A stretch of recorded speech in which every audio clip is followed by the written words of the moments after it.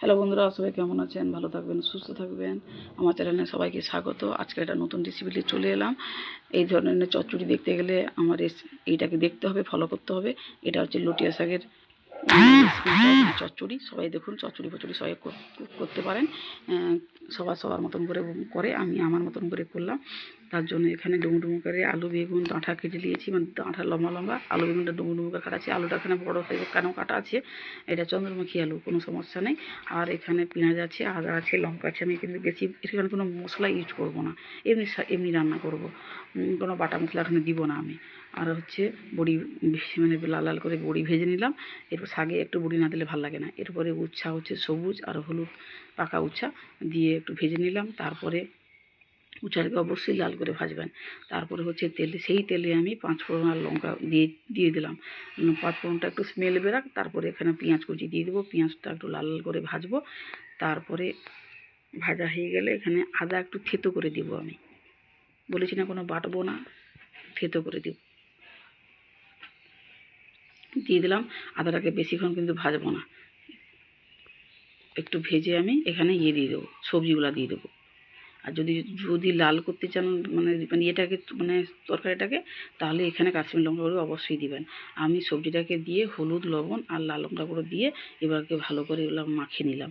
মাখিয়ে করে শুধু ঢাকা চাপা দিবেন আর রান্না করবেন, ঢাকা চাপা দিয়ে রান্না করবেন। চচ্চড়িতে জল দিলে বেশি ভালো লাগে না, জল অবশ্যই দিবেন। আমার কাছে গরম জল ছিল না, আমি হাতে ছিঁচে দিয়েছি। আর যদি না থাকে ঠান্ডা জল ছিঁচে দিবেন, দিলে দেখবেন খুব ভালো হয়। গরম জলটা দিলে খুব ভালো হয়, কিন্তু প্রতিটা রান্নাতে গরম জল ইউজ করলে খুব ভালো হয়, তার টেস্ট আরও বেড়ে যায়। এবার দেখুন আমি নাড়াচাড়া করছি, এবার প্রায় হয়ে এসছে। মানে সবজিগুলো কিন্তু প্রায় সিদ্ধ সিদ্ধ ভাব চলে এসে, দেখতে মানে দেখে বুঝতে পারছেন।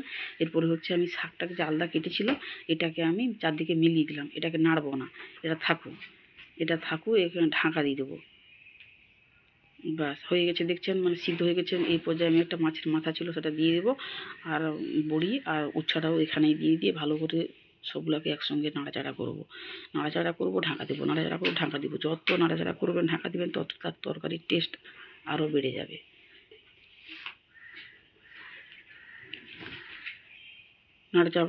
নাড়াচাড়া করবেন, ঢাকা দিবেন, আরও সুন্দর মানে সুন্দর করে টেস্ট কিন্তু বেরাবে। আমি এখানে একটু পেঁয়াজ থেতো করে দিয়ে দিলাম। আগে পেঁয়াজটা ভেজেছি, আর এখন কাঁচা পেঁয়াজটা আমি থেতো করে কিন্তু দিলাম। এটাকে নিয়ে ভালো করে এবার নাড়বো। চিনিটা অবশ্যই দিবেন, গরম মশলাটা অবশ্যই দিবেন, আর মাঝে মাঝে জলটা ছিটিয়ে দিবেন, দিয়ে ঢাকা চাপা দিবেন। দিলে দেখবেন আপনা আপনি সিদ্ধ হয়ে যাবে, বা ভালো হবে। কোনো জিনিস যদি সময় নিয়ে করেন তাহলে দেখবেন তার টেস্ট আরও বেড়ে যায়। আমি একটু লঙ্কা গুঁড়ো দিলাম, কেন ঝালটা একটু কমে গেছে, তার জন্য আর একটু লঙ্কা গুঁড়ি আমি দিয়ে দিলাম।